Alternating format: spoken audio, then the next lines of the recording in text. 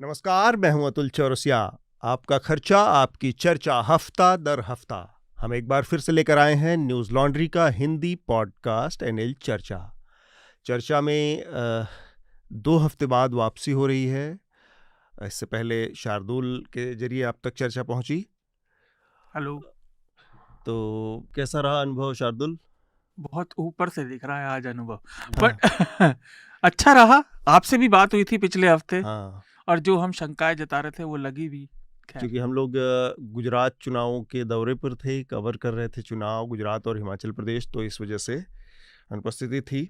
और इसके अलावा जो आज की चर्चा में हमारे साथ मेहमान हैं, मैं उनका परिचय करवा दूं आपको। हमारे साथ वरिष्ठ पत्रकार सतीश के सिंह हैं। सतीश जी, स्वागत है। आप तमाम बड़े मीडिया चैनलों में बतौर नेतृत्व की स्थितियों में काम कर चुके हैं, तो आपका बहुत बहुत स्वागत है एनएल चर्चा में। इसके अलावा धन्यवाद। हमारे साथ स्टूडियो में हमारे सहयोगी बसंत हैं, बसंत कुमार। बसंत की रिपोर्टिंग आपने गुजरात से देखी चुनावों के दौरान, इसके अलावा भी आप लगातार उनके रिपोर्ट्स और पढ़ते रहते हैं। तो इस हफ्ते जो चर्चा में इस हफ्ते की बड़ी सुर्खियां हैं, उनके बारे में शार्दुल आपको जानकारी दें। उससे पहले एक दो छोटी छोटी जानकारियां मैं जल्दी से अपने जो हमारे न्यूज़ लॉन्ड्री चर्चा के श्रोता हैं उनको दे दूं। हमारा एनएल सेना प्रोजेक्ट जो चुनावों से जुड़ा था वो अभी भी चल रहा है। उसमें आप अपना मन मुताबिक राशि का सहयोग करके हमारे एनएल सेना प्रोजेक्ट को पूरा करने में अपनी मदद कर सकते हैं।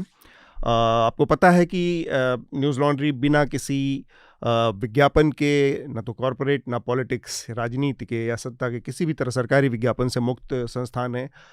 हमारे सब्सक्राइबर्स ही इसको चलाए रखने में सहयोग देते हैं। और एनएल सेना प्रोजेक्ट हमारा वो प्रोजेक्ट होता है जिसके तहत हम तमाम अपनी बड़ी ग्राउंड रिपोर्ट्स और चुनाव की कवरेज को पूरा करते हैं। तो ये गुजरात और हिमाचल प्रदेश का जो एनएल सेना प्रोजेक्ट है उसको जल्द से जल्द पूरा करने में हमारा सहयोग करें। इस हफ्ते 10 तारीख को, अगले जो आने वाली 10 तारीख है, उसमें एक महत्वपूर्ण आयोजन है हमारे सब्सक्राइबर्स के लिए। वो जानकारी आप लोगों को देनी है। एनएल चैट बॉक्स का आयोजन किया जा रहा है 7:30 बजे शाम को, जो हमारे सब्सक्राइबर्स के साथ न्यूज़ लॉन्ड्री की पूरी टीम बातचीत करेगी। तो हमारे सारे सब्सक्राइबर्स के लिए ये जानकारी, और जो हमारे सब्सक्राइबर्स नहीं हैं वो अगर पूरी न्यूज़ लॉन्ड्री टीम के साथ जुड़ना चाहें, रियल टाइम में उनसे बातचीत करना चाहें, वीडियो कॉन्फ्रेंसिंग के जरिए, जूम पर ये मीटिंग होती है, तो चैट बॉक्स से जुड़ सकते हैं। हमारे सब्सक्राइबर बनना पड़ेगा उनको। ये एक और जानकारी है। जो हफ्ते की सुर्खियां हैं, शार्दुल एक बार आप हमारे श्रोताओं को दें, उसके बाद हम इस चर्चा को आगे बढ़ाएंगे। सबसे पहली सुर्खी तो आज का हमारा चर्चा का पहला विषय भी है। गुजरात, हिमाचल प्रदेश और दिल्ली एमसीडी चुनावों के परिणाम घोषित हो गए। भाजपा ने गुजरात में अभूतपूर्व विजय हासिल की है और 156 सीटों पर वो विजयी हुए। कांग्रेस का राज्य में ऐतिहासिक रूप से उनका सबसे खराब प्रदर्शन रहा। आम आदमी पार्टी की बात तो खूब हुई, लेकिन 5 सीटों पर विजय रही। हिमाचल प्रदेश में लड़ाई कांटे की लग रही थी, लेकिन अंततः कांग्रेस को वहां बहुमत मिला और 40 सीटें उन्हें मिली। दिल्ली एमसीडी चुनाव में आम आदमी पार्टी विजयी रही और हालांकि उनका प्रदर्शन उतना अच्छा नहीं रहा जितनी अपेक्षा थी, जितनी लोग उम्मीद लगा रहे थे। लेकिन 15 साल बाद भाजपा एमसीडी में हार गई। बाकी हम विस्तार से चर्चा करेंगे ही। हर चीज उम्मीद के खिलाफ ही हुई। गुजरात का नतीजा उम्मीद के बाहर चला गया, दिल्ली का नतीजा एमसीडी का उम्मीद से नीचे रह गया। और हिमाचल का उम्मीद से ज्यादा टक्कर वाला रहा। हाँ, और हिमाचल का जरूरत से ज्यादा नेक टू नेक हो गया। तो सब कुछ उम्मीद के खिलाफ ही रहा जी। पर चुनावों के अलावा सुर्खियां कुछ और भी है। पहला, महाराष्ट्र से बेलगावी में महाराष्ट्र के नंबर वाली एक गाड़ी पर पथराव हुआ, जिसके पीछे कर्नाटका रक्षणा वेदिके नाम की संस्था बताया गया। कर्नाटक रक्षा वेदिके, हाँ। और शिवसेना के नेता उद्धव ठाकरे ने कहा, उद्धव ठाकरे के नेता संजय राउत ने कहा, अब तो नाम अलग अलग करने पड़ते हैं। शिवसेना उद्धव बाला साहेब ठाकरे जी। संजय राउत का कहना था कि केंद्र की सहमति के बिना ऐसा नहीं हो सकता। इसके बाद बहुत सारे राजनीतिक बयान आए, बहुत सारे नेताओं ने बयान में, जिनमें शरद पवार भी थे, और उन्होंने कहा कि ऐसा नहीं होना चेतावनी भी दी। जी। इसके पीछे श्रोताओं को अगर जानकारी ना हो, जैसे मुझे भी नहीं थी, बिल्कुल सच बात है, इस घटना से पहले, कि 1956 में जो भाषा के हिसाब से राज्यों की सीमा रेखा खींची गई थी, तो महाराष्ट्र का दावा है कि 865 गांव जी। उनकी सीमा में होने चाहिए, जबकि कर्नाटका का कहना है कि भाषा के हिसाब से जो सीमा खींची गई थी वो वैसी ही रहनी चाहिए। इस पर सुप्रीम कोर्ट में सुनवाई जारी है। दूसरी सुर्खी, रिजर्व बैंक ऑफ इंडिया की तरफ से बुधवार को आरबीआई ने अपना रेपो रेट फिर से बढ़ा दिया एक बार 35 पॉइंट के ऊपर और 6.25 हो गया है अब ये दर। मई में से लेकर आई थिंक ये 5वीं बार है जब ये दर बढ़ाई गई है। पिछली बार सितंबर में बढ़ाई गई थी। मिडिल क्लास के लिए बहुत बुरी खबर है जी, आपके ईएमआई, घर और जिस भी चीज की ईएमआई जा रही हो सब महंगी हो जाएंगी अब, श्रोताओं और महंगी हो जाएंगी। हाँ, और श्रोताओं के लिए एक मैं बता दूं जिसे अगर किसी को ना जानकारी हो, रेपो रेट वो दर होती है जिस पर आरबीआई और बैंकों और वित्तीय संस्थाओं को ऋण देता है। दूसरे ऋण को ऋण देता है जी, और फिर वो हमें थोड़ा बढ़ा कर देते हैं। नोटबंदी का भी सालगिरह अभी गई पिछले महीने। क्या खूबसूरत सालगिरह थी। कोई नहीं मनाया। तो वो कोर्ट में मन रही है, उसी से जुड़ी सुर्खी है। सुप्रीम कोर्ट में 2016 में हुई नोटबंदी पर कुल 58 अपीलें हैं जिन पर सुनवाई चल रही है। जी जी। तो सरकार और आरबीआई ने कहा कि कोर्ट 2016 में लिए गए नोटबंदी के निर्णय से रिकॉर्ड पेश करने को कोर्ट ने कहा है, और सरकार और आरबीआई ये दावा करती रही कि ये निर्णय राष्ट्र निर्माण में, नेशन बिल्डिंग में महत्वपूर्ण था। तो कई बार क्या होता है, जो पॉलिसीज के लेवल पे आपको जो फैसले होते हैं वो बहुत कॉन्क्रीट और तरीके से लिए होते हैं कि टू द पॉइंट, और जो जवाब है सरकार का उसका बहुत वेग है। हाँ, ये वेग है। नेशन बिल्डिंग के लिए कोई कह देना, ये केवल कह देना किसी पॉलिसी के लेवल पर, और वो इतनी बड़ी पॉलिसी जिससे इस देश की 1.25 अरब आबादी प्रभावित हुई, वो केवल नेशन बिल्डिंग कह के तहत लिया गया फैसला था। मतलब कितना वेग है। खैर सुप्रीम कोर्ट में ये मामला अभी है जी। हाँ। लेकिन अदालत ने भी ये कहा, जो आपने बात रखी ना अतुल, अदालत ने ये भी कहा कि केवल ये निर्णय वित्तीय था, इसलिए अदालत मूक दर्शक नहीं बनी रह सकती, क्योंकि बहुत बड़ी संख्या में लोग बेरोजगार हुए और मरे। सोमवार को advocate general R Venkat Ramani ने कहा था कि जनता को जो परेशानियां हुई थी नोटबंदी के दौरान, उसके लिए निर्णय को दोषी नहीं ठहराया जा सकता। बहरहाल कॉमेडी तो एक अदालत की चलती रहती है, पर ये अजीब सी एक और बात है जो कॉमेडी ऑफ एरर नहीं है जी। आपने कॉमेडी ऑफ एरर बोला, मुझे अंगूर पिक्चर याद आ गई। कोई नहीं। राज्यसभा में कांग्रेस के सांसद दिग्विजय सिंह और अमी याग्निक के सवालों का जवाब देते हुए गृह राज्य मंत्री नित्यानंद राय ने जानकारी दी कि 2017 से 2021 के बीच 6,677 गैर सरकारी संस्थाएं, एनजीओ, उनका फॉरेन फंडिंग लाइसेंस रद्द कर दिया गया। जी। और उन्होंने ये भी बताया कि जिन संस्थानों का लाइसेंस रद्द किया गया है वे लाइसेंस रद्द होने के अगले 3 साल तक रजिस्ट्रेशन या फिर से लाइसेंस लेने के लिए अप्लाई नहीं कर सकते। तो ये एक बड़ी जानकारी है। तृणमूल कांग्रेस के प्रवक्ता साकेत गोखले को सोमवार को गुजरात पुलिस ने गिरफ्तार कर लिया। इस पर मेरा विशेष इनपुट रहेगा। अच्छा। बेसिकली इन्होंने क्या किया था कि एक ट्वीट किया कि जिसमें उन्होंने दावा किया कि प्रधानमंत्री मोरबी हादसे के अगले दिन जब प्रधानमंत्री मोरबी पहुंचे जी, तो इन्होंने 30 करोड़ रुपए, आरटीआई से जानकारी है कि 30 करोड़ रुपए उस पर खर्च किए गए जी। तो वो, और ये एक तरह की फेक न्यूज़ थी, क्योंकि जिस दिन ये उनका ट्वीट आया था वो उस घटना का 27वां दिन था। तो ऐसा तो कोई आज तक मुझे नज़र नहीं आया कि इतनी क्विक सक्सेशन में जल्दी से इतना जल्दी कोई आरटीआई का जवाब आ जाए 27 दिन के अंदर। और उसमें व्यक्तिगत रूप से मैं खुद ट्रैप होते होते बचा। अच्छा। मैंने हालांकि उसको ट्वीट का कुछ आंकड़े निकाले थे, जो कि केंद्र सरकार ने जो कंपनसेशन दिया था उसका कैलकुलेशन किया तो वो 2.70 करोड़ रुपए का था। केंद्र सरकार का जो मुआवजा था वहाँ पर मोरबी हादसे में 2 लाख पर सारे जिन लोगों की मौत हुई थी, तो 135 के हिसाब से करीब 2.70 करोड़।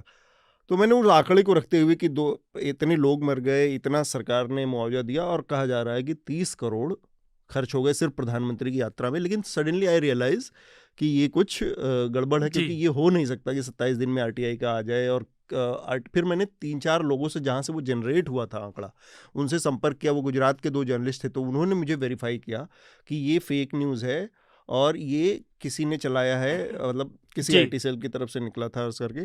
तो इमीडिएटली मैंने उसको बैक ट्रैक कर दिया था। लेकिन ये तो इसलिए मुझे इस घटना के बारे में पता है कि जी साकेत ने किस तरह से इसको, और साकेत ने अंत तक उसको डिलीट नहीं किया, जबकि ये बात पता चल गई थी।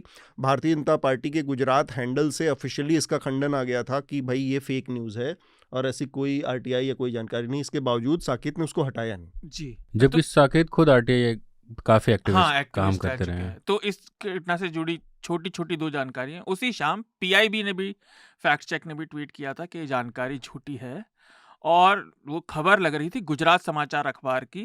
तो उन्होंने भी बताया था कि ये केवल हमारा मतलब एक तरह से प्रीव्यू बनाया हुआ इनफैक्ट है। मैंने गुजरात समाचार के एडिटर से ही बात किया था, क्योंकि हम लोग गुजरात में ही थे। उनसे जी बात किया फिर मैंने कि इसमें क्या सच्चाई है कितनी। उन्होंने कहा कि हमारे यहाँ ऐसी कोई खबर नहीं छपी है, जी ना ऐसी कोई जानकारी है। तो उन्हें पुलिस ने फाइनली गिरफ्तार कर लिया है। और मजे की बात है उसमें एक अपडेट है कि पुलिस ने उनको गिरफ्तार किया, फिर उनको बेल मिल गई, फिर सेम चार्जेस में अगेन शाम को पुलिस बेल मिलने के तुरंत बाद फिर से रीअरेस्ट कर लिया है साकेत को अहमदाबाद पुलिस ने। अगली सुर्खी की तरफ बढ़ते हैं तेजी से। मंगलवार को मथुरा में पुलिस ने अखिल भारतीय हिंदू महासभा के एक नेता सौरभ शर्मा को 6 दिसंबर को मथुरा ईदगाह में हनुमान चालीसा का आह्वान करने पर गिरफ्तार कर लिया। अच्छा। जिन्हें मालूम ना हो, 6 दिसंबर वही दिन है जिस दिन बाबरी मस्जिद को ध्वस्त किया गया था। खबरों के मुताबिक सौरभ शर्मा तो गिरफ्तार हुए ही, उनके अलावा 8 और लोग गिरफ्तार हुए हैं जो अलग अलग अपने आप को कोट एंड कोट हिंदू केंद्रित संस्थाओं से जुड़े हुए लोग हैं, और ये सभी हनुमान चालीसा का आह्वान कर रहे थे पूरे शहर में, जो बहुत सेंसिटिव दिन हो जाता है 6 दिसंबर। आखिरी 2 सुर्खियां। केरल के विजिनिज्म में अदानी बंदरगाह के खिलाफ 4 महीने से चल रहे प्रदर्शनों पर फिलहाल के लिए रोक लग गई है। प्रदर्शनकारियों ने अपना विरोध वापस ले लिया। जी, ये उन्होंने विरोध इसलिए रुका क्योंकि प्रदर्शनकारियों के प्रतिनिधियों की मुख्यमंत्री पिनराई विजयन से बातचीत हुई। उनका दावा है कि अधिकतर प्रदर्शनकारी मछुआरे हैं, और उनका दावा है कि उनकी आजीविका और जीवन पर इस बंदरगाह से बहुत बुरा असर पड़ेगा, और ये प्रमुख रूप से तिरुवनंतपुरम से है। आखिरी सुर्खी वर्ल्ड बैंक की एक रिपोर्ट में कहा गया है कि भारत में आने वाले दिनों में जो हीट वेव होंगी वो जल्द ही इंसानों के जो जीवित रहने की क्षमता है उसको पार कर जाएंगी। रिपोर्ट का नाम है climate investment opportunities in India cooling sector. तो ये व्यापार की नज़र से देख रही है, लेकिन ये बात पक्की है कि हीट वेव बहुत ही बुरे होने वाली है। उन्होंने समय सीमा 2030 के आसपास की दी है। जी जी, तो ये तो सुर्खियां थी जो कि शार्दुल ने विस्तार से रखी। चुनाव 3 हुए, 3 चुनावों के नतीजे आए हैं, उस पर हमारी ख़ास बातचीत रहेगी। हमारे साथ वसंत भी इसलिए जुड़े हैं, वसंत ने गुजरात के चुनाव को बहुत लंबे समय तक बहुत विस्तार से कवर किया। आप गुजरात के कई हिस्सों में घूमते रहे इस पूरे दौरान, और साथ में हमारे साथ बहुत अनुभवी पत्रकार हैं सतीश के सिंह, उनके अनुभव को भी हम देखेंगे। सर, ये जो नतीजा आया है, पहले तो हम गुजरात के नतीजे से एक बार बात करें अगर, तो इस नतीजे की व्याख्या आप कैसे करेंगे? क्योंकि कोई पार्टी है जो 27 साल की एंटी इनकम्बेंसी को मात दे रही है, और सिर्फ मात नहीं दे रही, कोई ऐसा नहीं कि उसने फिनिशिंग लाइन क्रॉस कर लिया है। उस फिनिशिंग लाइन को क्रॉस करते हुए गेंद को बाउंड्री लाइन के पार और स्टेडियम के बाहर पहुंचा दिया है। 156 सीटें आई हैं 182 में से भारतीय जनता पार्टी के। आप इसको कैसे, मतलब कोई बदलाव की बात नहीं, कोई नहीं, इतना संतुष्टिदायक कोई शासन आपको कभी नजर आया भारत के उसमें, इसके मुकाबले लेफ्ट का बंगाल शासन छोड़ इसके 2-3 पक्ष है। अगर आप हमारी बातों को पब्लिक प्लेटफॉर्म पर देखना चाहते हैं तो मैं आपको रेफरेंस दे दूंगा। वहां पर मैंने ये बात कही थी कि ये रिकॉर्ड की तरफ भारतीय जनता पार्टी वहां पर गुजरात में बढ़ रही है, तो ये पब्लिकली मौजूद है, और ये सब एग्जिट पोल से बगैर पहले। जी जी जी, तो मुझे ये अंदाजा था कि वहां रिकॉर्ड बनाने जा रही है भारतीय जनता पार्टी, मोदी। मैं 1980 से ये भारतीय जनता पार्टी के कामकाज को देखते आया हूँ। भारतीय जनता युवा मोर्चा, जनता विद्यार्थी मोर्चा, वो सभी देखा है कि कैसे वो प्रोपेगेंडा पब्लिसिटी में किस तरह से आह्वान करके किस तरह से मोबिलाइज करते हैं। और तो वो मुझे लग रहा था कि जैसे ही ये गुजरात का चुनाव अलग किया गया हिमाचल प्रदेश से, एक और दूसरा कि ऐसा लग रहा है कि पिछले 3-4 महीने से देश के प्रधानमंत्री और देश के गृह मंत्री, उन्होंने अपने गृह प्रदेश जहाँ के दोनों धरती पुत्र हैं वहां डेरा डाला हुआ है। और अंत समय में 100 किलोमीटर के लगभग का अगर कोई रोड शो देश का प्रधानमंत्री करता हो। दूसरा कि एक पार्टी ऐसा लगता है जो चुनाव में खड़ी तो ही लेकिन लड़ी ही नहीं, कांग्रेस पार्टी की बात कर रहा जी हूं। जी जी। और एक पार्टी ऐसा है जो दिल्ली का ताज उनके हाथ में है, लेकिन ऐसा लग रहा है कि 6 महीने से चुनाव प्रचार सिर्फ और सिर्फ वो गुजरात में कर कर रहे रही थे। थी। तो जो शतरंज और बिसात थी वो भी बीजेपी के फेवर में थी, चुनाव का शेड्यूल था वो भी उनके फेवर में थी। और अब गुजरात में ये सोचना भी सपने के बराबर होता कि वहां भाजपा हार भी सकती है, जबकि हमने ऐसी बात कही थी कई जगह कि देखिए जब हम लोग ये सोचते हैं कि भाजपा एंटी इनकम्बेंसी से लड़ रही है तो भाजपा वाले रिकॉर्ड बनाने की सोचते हैं। ये उनका एक ट्रेंड रहा है। आप कहिए तो 2014 की भी बात मैं कर सकता हूँ, उसमें भी अचानक से आने लगा 270 का, तो वो अपना स्केल बढ़ा देते हैं। और धरती पुत्र जब अब धरती पर उतर जाए और गुजरात का राज कहा जाए देश में चल रहा हो, गुजरात अस्मिता, गुजरात मॉडल आदि आदि आदि, और सामने एक के मुकाबले दो हो, कांग्रेस हो जो 27% के वोट लेके आई है और आप पार्टी ने लगभग 13% वोट ले लिया। जी जी। तो ये तो एकदम आदर्श सिचुएशन है कि जिसमें भाजपा रिकॉर्ड बना सकती थी और उसने ये रिकॉर्ड बना दिया। अब आप दूसरा सवाल पूछेंगे तो मैं बता सकता हूँ। मैं बस इसमें एक और सवाल आपसे जोड़ना चाह रहा था कि एक तो ये है कि कांग्रेस पार्टी का जो डिक्लाइन है वो दिख रहा है कि उनका 41.5% था वो 27 पे आ गया, और एक नई एंट्री हुई है आम आदमी पार्टी की 13% के साथ, तो वो दिख रहा है कि जो इसमें बंटवारा हुआ है। लेकिन भारतीय जनता पार्टी फिर को अगर देखें हम तो वो 48.5% से 53% करीब 5-5.5% का इजाफा फिर भी दिख रहा है। तो ये हम नहीं कह सकते कि तीसरी पार्टी की एंट्री हुई या कांग्रेस पार्टी के वोट बटे तब ऐसी ये स्थिति हुई है। बीजेपी ने अपना पिछला परफॉर्मेंस को सुधारा ही नहीं, बहुत आगे ले गई है। जब समूचा अमला उतर जाए वहां पर, कैंप कर दे, गुजरात मॉडल लेबोरेटरी में, हिंदुत्व की लेबोरेटरी में, जहां पर एक एंटी मुस्लिम मैं कहूंगा एक फीलिंग बनाई गई है ओवर द इयर्स, तो फिर बाकी जो मुद्दे रहते हैं वो समझ में नहीं आते हैं। और दूसरी चीज क्या है, जो सबसे जो निर्णायक चीज थी मेरे ख्याल से, जो हमें समझ में आती थी कि भाई आज आप ममता बनर्जी के यहाँ चुनाव करा लीजिए, वो कहिए कि प्रधानमंत्री की दावेदार है, बहुत ज्यादा वोट मिलेंगे, उनको ज्यादा सीटें मिलेंगी, जो धरती पुत्र का होता है। और सामने एक पार्टी ऐसी है जो मुख्य चैलेंजर थी, वो चुनाव ही नहीं लड़ रही है। तो मैं अगर चाहता भी हूँ कांग्रेस पार्टी को वोट देने के लिए, तो मुझे ये कॉन्फिडेंस ही नहीं आ रहा है कि मैं जाऊं और वोट देने जाऊं। तो मैं क्या करूंगा, या तो नहीं जाऊंगा जो कि दिखा वोटिंग परसेंटेज के डाउन होने में, और जाऊंगा तो जो अपना वोट व्यर्थ करने के बजाय है मैं 2 वोट और बढ़ा दूंगा भारतीय जनता पार्टी में। तो ये कोई आश्चर्य की बात नहीं। और ऐसे भी भारतीय जनता पार्टी का 50% प्लस का एक टारगेट इस देश में, तो उसमें क्या है कि जिस तरह से रोड शो वगैरह हुआ और उसके बाद जो लाइनें लगी उस दिन, लास्ट रोड शो के दिन, जी जी। तो आप उस समझिए कि वो सब प्लस पॉइंट थे, एडिशन थे। और भाजपा ऐसे नतीजे लाती भी, कांग्रेस के खिलाफ तो ऐसे उनके नतीजे आए हैं पहले भी। आप अगर इसी से एकदम सिमिलर आप चीज देखिए तो आपको राजस्थान में एक बार का चुनाव का दिखेगा असेंबली में, जहां कांग्रेस पार्टी को सिर्फ 19 सीटें आई थी, 19। जी जी। तो ये मुझे कोई आश्चर्य नहीं लग रहा। और आज मैं अभी अभी आपके पास आने से पहले जी जी। मैं अशोक गहलोत को सुन रहा था, तो अशोक गहलोत कह रहे थे कि ये कोई चुनाव में जीतना हुआ क्या, कि जहां देश का पूरा जो प्रधानमंत्री, गृह मंत्री 3-4 महीने से गुजरात में डेरा डाले हुए, और क्या उनके संसाधनों का मुकाबला आप कर सकते हैं? कुछ नहीं कर सकते हैं। पर ये एटीट्यूड की प्रॉब्लम, परेशानी और का अंतर बताता है कि एक पार्टी अपने चुनाव को कितना सीरियसली लेती है और दूसरी पार्टी का टॉप लीडरशिप जाता ही नहीं है चुनाव में।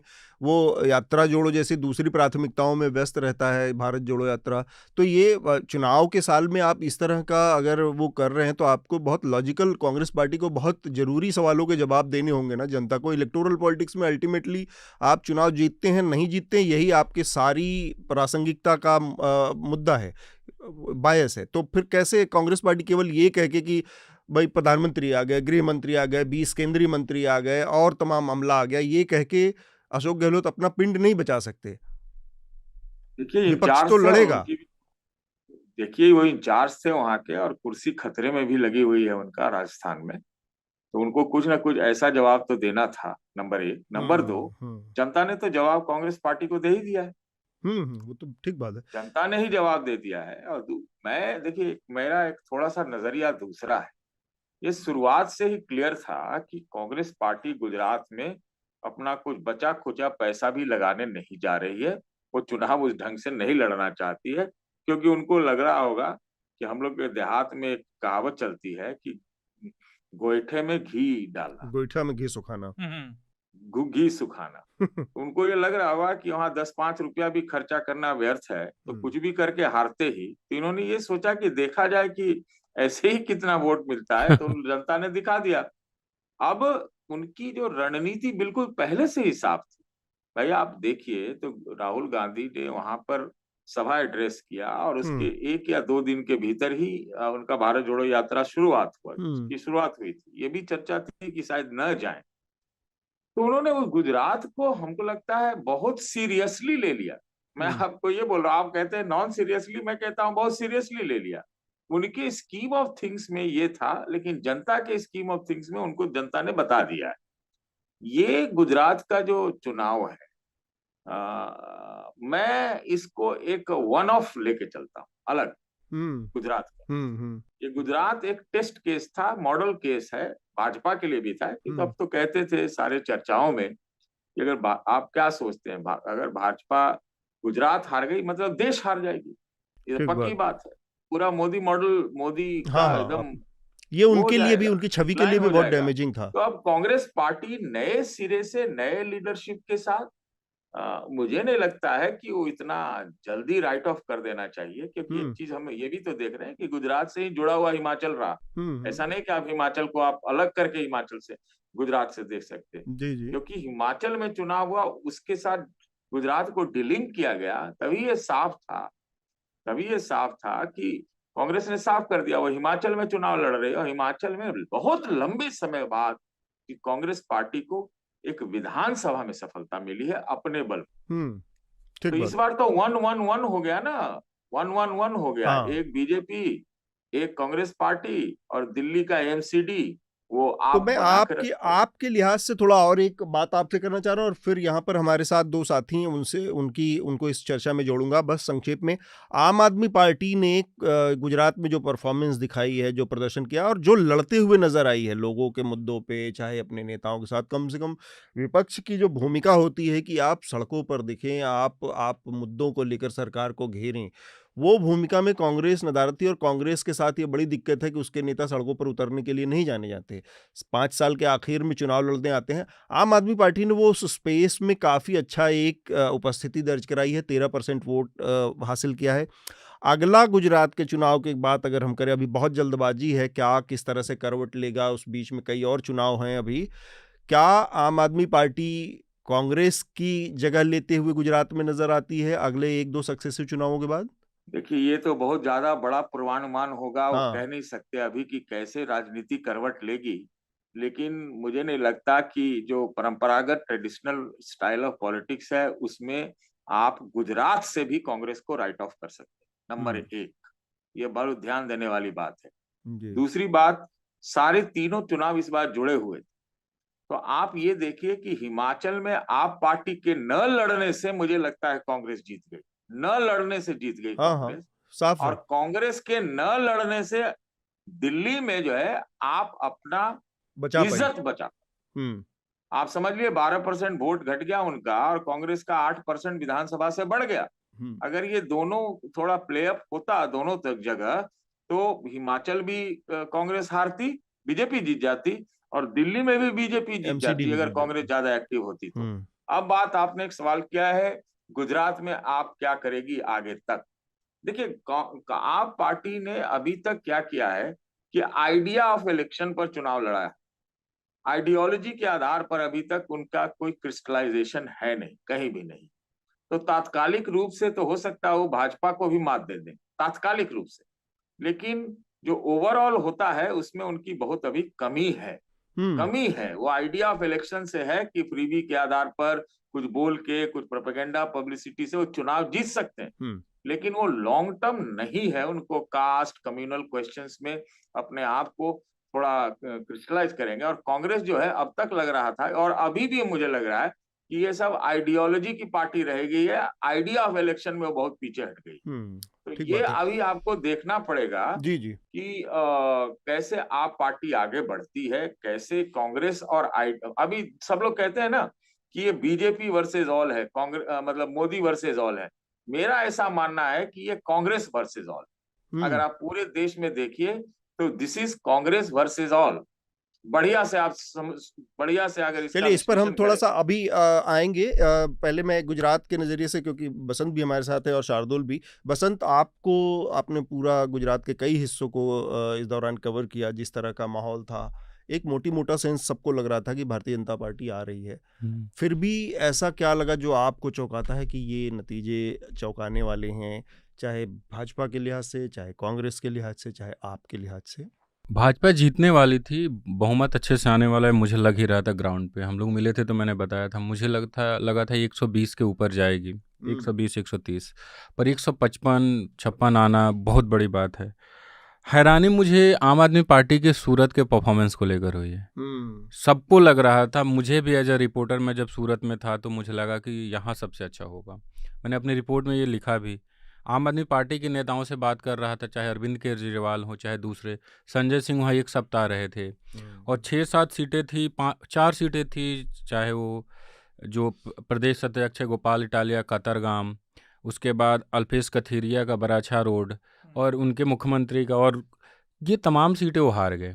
और जहां लोग खुल के बोल रहे थे, लोग अरविंद केजरीवाल ने वहां पर कैंपेन काफी लंबा किया, कई दिनों तक वहां रुके। रोड शो जब अरविंद केजरीवाल का वहां हो रहा था तो दिल्ली के एक रिपोर्टर और हम दोनों चल रहे थे, तो उन्होंने मुझसे कहा कि तुम्हें नहीं लग रहा है इसे देख के कि दिल्ली में कोई कैंपेन हो रहा हो? ऐसा माहौल था, घरों पे महिलाएं। लेकिन वो सारी सीटें और हारे नहीं हैं। जो प्रदेश अध्यक्ष है गोपाल इटालिया लगभग 50,000 वोटों से हारे हैं। अल्पेश कथीरिया जिस क्षेत्र से चुनाव लड़ रहे थे वो पाटीदार बाहुल्य क्षेत्र है और अल्पेश खुद पाटीदार आंदोलन में एक बड़ा चेहरा थे। 14,000-15,000 वोटों से हारे हैं। मुख्यमंत्री कैंडिडेट जो थे वो 18,000 वोटों से हारे हैं।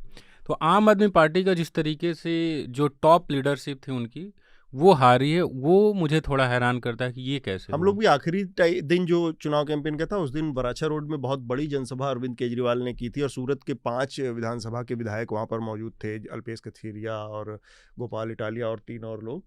और वहाँ की भीड़ देख के ऐसा लग रहा था कि लोगों के अंदर आपको लेकर एक तरह का उत्साह है, आकर्षण है, लेकिन नतीजों में वो दिखा नहीं। बाकी दूसरे हिस्सों से उनकी सीटें आई हैं, सौराठ से आई है ज़्यादातर। बाकी जगहों पे लोग भाजपा के खिलाफ बोलने से डरते हैं गुजरात में, ऐसा मैंने महसूस किया। लेकिन सूरत में नौजवान जिनसे मैं पूछता था कि पूरे गुजरात में तो कोई खुल के बोल नहीं रहा, आप लोग इतने क्यों बोल रहे हैं, तो वो लोग ऑन कैमरा जो कुछ भी मतलब गाली देने के अलावा सब कुछ बोल दे रहे थे। फिर भी ये स्थिति रहेगी इनके तमाम वो सूरत जहाँ से उनको उम्मीद थी। अरविंद केजरीवाल ने वहाँ कहा भी था कि सूरत वालों आपने मुझे पहली बार मौका दिया, इज्जत बचा लेना, सारी सीटें जिता देना, और नतीजा बिल्कुल उल्टा आया। और कांग्रेस के लिहाज से कांग्रेस के नेताओं से आपकी बातचीत हुई वहां पर? कांग्रेस ने का जो परफॉर्मेंस कांग्रेस के दिख नहीं रही थी मैदान पे। एक सीट था जहां पे कांग्रेस काफी अच्छा करके हारी है, वो सूरत ईस्ट है, जहां पे वो आपको याद होगा आम आदमी पार्टी के जो कैंडिडेट थे आरोप लगा कि अपहरण हो गया और उनका टिकट वापस हो गया। वहां पे कांग्रेस ने अच्छा किया और लग रहा था वहां जीत जाएगी, पर वहां भी बड़ी चालाकी से जो कांग्रेस के कैंडिडेट थे वो मुस्लिम थे, और तो कम से कम 7 मुस्लिम निर्दलीय लड़ाया गया था ताकि वोट बढ़ जाए। तो वो भी सीट हार गई कांग्रेस। तो एक वही सीट था जहां कांग्रेस टिक रही थी। सूरत में आप सर देखेंगे भाजपा के 2000, कांग्रेस के 2000 से 5000 के बीच में मैक्सिमम ज़्यादातर सीटों पे वोट आए हैं, 2000 से 6000 इस तरीके से सूरत में। एक चीज़ और मैं जानना चाह रहा था आपसे बसंत की, जो ट्रेडिशनली कांग्रेस का सपोर्टर बेस माना जाता था, जो आदिवासी इलाका है गुजरात का, उसमें कांग्रेस और आपकी परफॉर्मेंस और बीजेपी की परफॉर्मेंस का क्या हिसाब किताब रहा? डेडियापाड़ा में मेरे ख्याल से आम आदमी पार्टी जीती है एक सीट। हाँ, और छोटू बसावा जो बीटीपी के थे वो खुद हार गए। हाँ। बीटीपी का तो पत्ता ही साफ हो गया। हाँ, पूरा जो डेडियापाड़ा है, इस बार जो मैं रिपोर्ट पढ़ रहा था कि आदिवासी क्षेत्रों में कांग्रेस भाजपा ने अपनी पहुंच बना ली है। जो डेडियापाड़ा है वहाँ से जो चेतर बसावा जीते वो आम आदमी पार्टी के सीट पे टिकट पे जरूर लड़े थे, पर उनकी अपनी आइडेंटिटी है, मतलब वो किसी से भी लड़ते। हाँ, तो जीती कि वो गांव में जहाँ पे मैं कल भी बात कर रहा था, जहाँ सड़क नहीं पहुँची है वहाँ चेतर बसावा पहुँचे हुए हैं। और बीटीपी के जो महेश शर्मा जो हेड हैं वो पिछले बार वहाँ से चुनाव जीते थे, इसलिए जीते थे क्योंकि चैतर ने वहाँ बूथ मैनेजमेंट सब देखा था। तो वो और कई जगहों पे मतलब जहाँ पे पिछले बार और मुझे एक रिपोर्टर बता रहे थे कि भाजपा ने जिन जगहों पे उनकी मजबूत पकड़ नहीं थी या हार गए थे लास्ट ईयर जब 77 सीटें कांग्रेस की आ गई थी, वहाँ उन्होंने बहुत मेहनत की है और कई जगहों पे परिणाम दिख भी रहे हैं कि जो क्षेत्र जैसे सौराष्ट्र कर रहा हूँ, सोमनाथ का इलाका हो गया या आदिवासी बेल्ट हो गया, वहाँ भाजपा ने इस बार ठीक ठाक सीटें निकाल ली हैं। छोटू बसावा का हारना भी एक वैसे शार्दुल, नतीजों के बाद आपको जो देखा आपने, सतीश जी ने भी बहुत विस्तार से बात की और बसंत ने बहुत सारे सीट वाइज अपनी ग्राउंड की रियलिटी हमारे सामने रखी। आप इस नतीजे को कैसे देखते हैं? गुजरात के बाद हम थोड़ा हिमाचल पे भी बात करेंगे, पहले गुजरात और एमसीडी पे भी करेंगे। जी, हाँ, जी। पहले गुजरात। देखिए, गुजरात में बहुत सारी चीज़ें अभूतपूर्व जैसी हैं। पहली बात कि कांग्रेस ने जो हम आपको याद होगा जब हमने भारत जोड़ो यात्रा की बात की थी तो मैंने जिक्र किया था कि ये जहाँ चुनाव है वहाँ से निकल नहीं रही। तो उस नीति का आज आपको रिजल्ट दिखाई देता है, क्योंकि जैसा आपने कहा जनता चाहती है वो आप लड़ते हुए दिखें तो, और आम आदमी पार्टी ने दिखाया। केवल संसाधन सब कुछ नहीं होते, आपका जिसे जीवटपन कहते हैं ना भाई, आप लड़ने की मद्दा तो दिखाएं, वो साहस तो दिखाएं कि हम सामना करेंगे, बाकी देखा जाएगा, जनता हमारे साथ है चाहे जितनी भी हो। वो कोई जनता मतलब कोई सत्ता का सामना सड़क पे उतरने का काम इसलिए थोड़ी करता कि हमारे साथ इतनी प्रतिशत जनता जब आएगी तब हम करेंगे, ऐसा नहीं होता।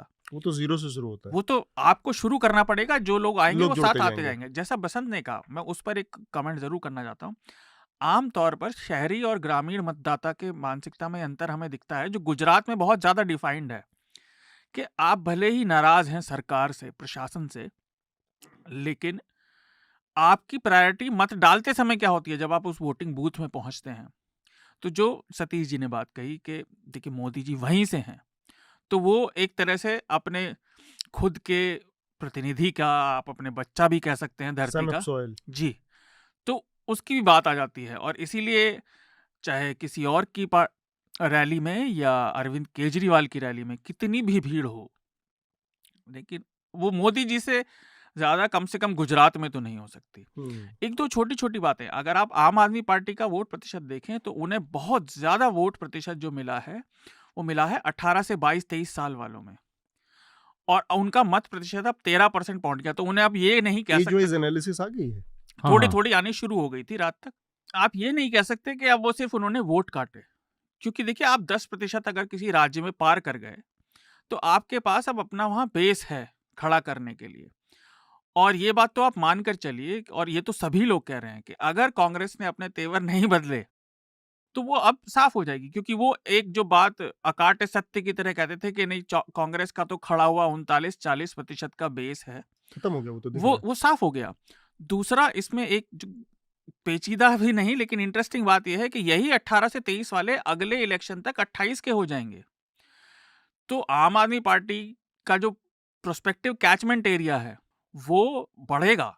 तो वीडियो वाला हिस्सा चर्चा का यहीं पर हम रोकेंगे, लेकिन ये चर्चा जारी रहेगी और आप इस पूरी पॉडकास्ट को सुनने के लिए हमारे साथ बने रहें।